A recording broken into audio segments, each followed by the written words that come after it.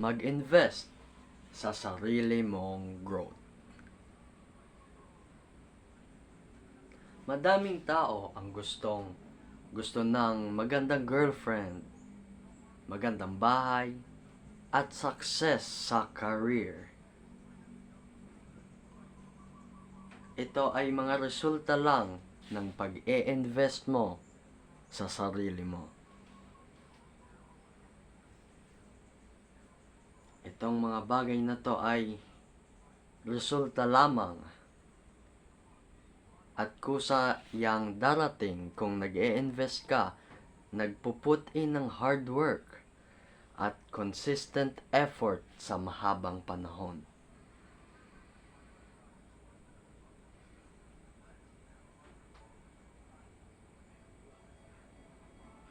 Kaya ang success journey mo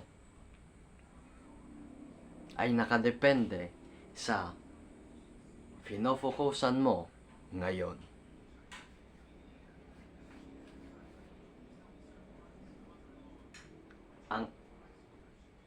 At pwedeng ang success journey natin ay hindi pantay-pantay. Kasi may mga ibang tao talagang madalian yung success journey. Yung tipong 20 years old pa lang sila, millionaire na kaagad. At may mga tao din na nagpuput in silang hard work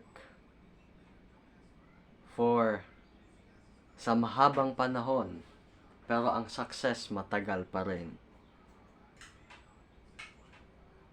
Pero ang result, same. Basta nag-i-invest ka sa sarili mo. Ang sarili mong growth ang pinaka-importante para maging successful ka. Kaya kung ano man ang ine-investan mo ngayon, ang finofokusan mo ngayon, ito ang magde-determine kung anong maaabot mo sa future. For example, kung nag-workout ka,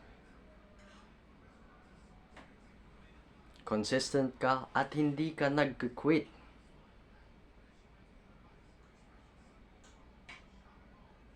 ang body mo ay magiging in shape.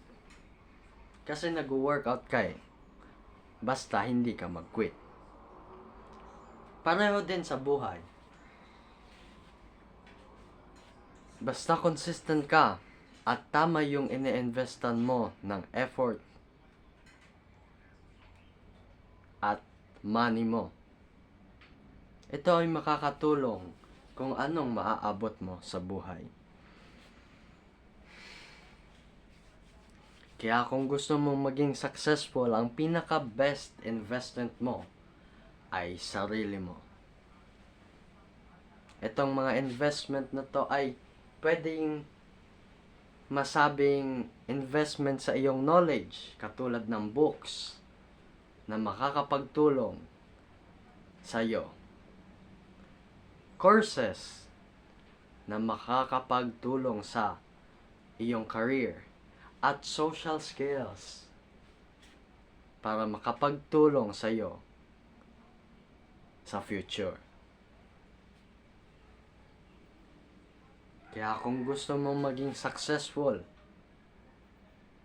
ang pinaka-best investment ngayon at sa future is yung sarili mo. Kasi pag nag-invest ka sa sarili mo, alam mo na kahit anong obstacle, kaya mong tahakin kasi nag-i-improve ka. Kaya huwag mong sayangin ang opportunity mo mag-grow ngayon. Mag-grow ka at mag-invest sa sarili mo. Peace.